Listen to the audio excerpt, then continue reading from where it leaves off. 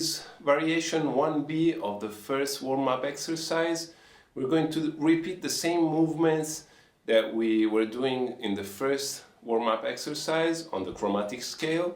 So the 4 notes in a row on each one of the strings. But this time, instead of picking each one of the 4 notes, I'm picking the first and hammering on the second. I'm picking the third and hammering the 4th note. So I'm using hammer-ons, and when I come back I'm using pull-offs the same way. So pick the first one, pull towards the third, pull towards the second note of this row, then I pick the third note and I pull off towards the last one of this row of notes. So the exercise is going to sound like this way, the way up, and when I come back down it's going to sound like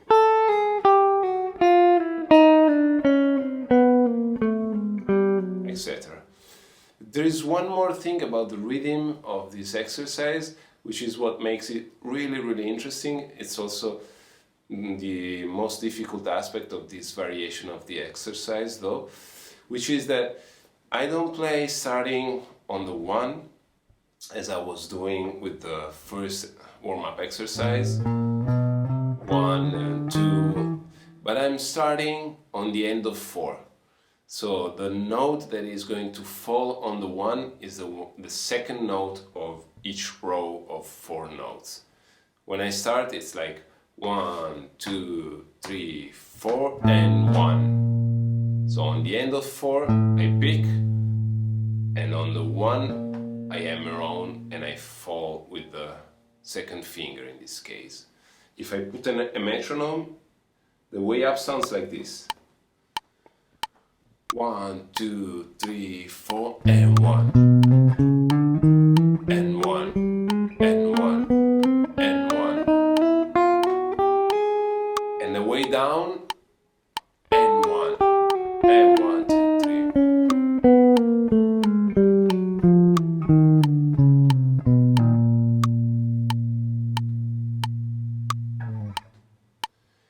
This is a really important way of pronouncing the notes, which is used a lot in jazz improvisation, because hammer-ons and pull-offs give an accent to some notes and little less volume to other notes.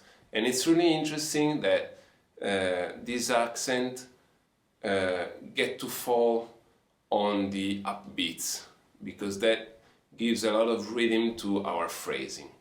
So in this case, as I said in the introduction to the first warm-up exercise, not only we are warming up our fingers, but we're also doing a very interesting technique exercise that improves our strength, because hammer-ons and pull-offs require a lot of coordination and strength, and also we are really working on timing, on the accents, on the accuracy of the relationship between the two hands. So this variation, this 1B, is, I think, the most important exercise of this series. Okay, now let's try to play it together with a slow metronome first. I set the metronome at 90 BPM. As I said on the other video, try to follow me. If you have some problems, stop the video, try to figure out the movements, listen to the way I play it, listen to this end of 4 starting, and then come back on the video. At the end, what you want to do is you want to play it together with me at the slow tempo and then on faster tempos. But at the beginning you have to figure out how to move your fingers in the right way, okay? 1, 2, 3, 4 and 1.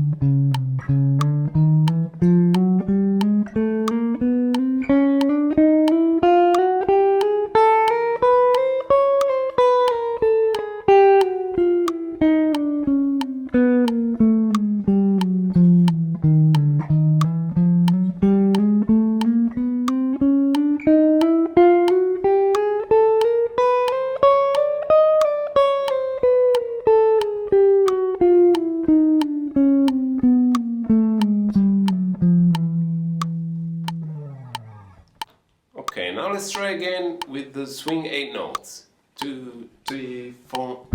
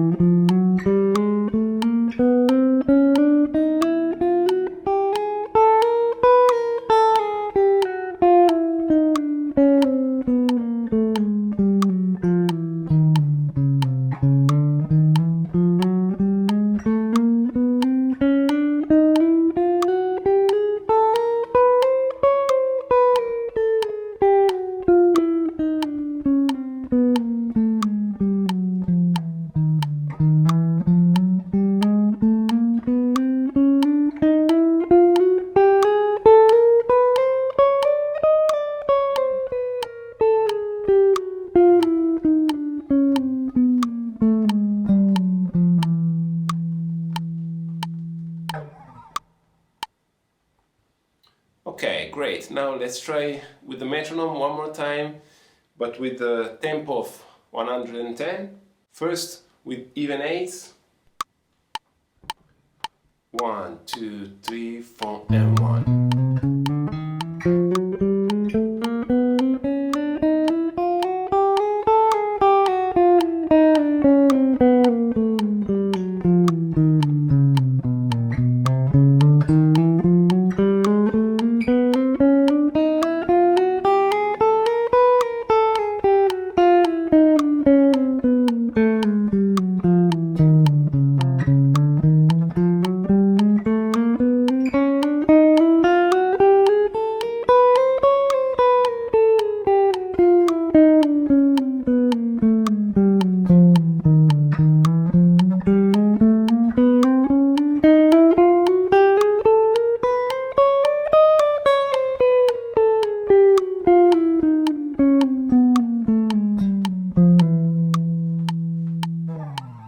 Okay, now swing 8 notes. 1, 2, 3, 4, and 1.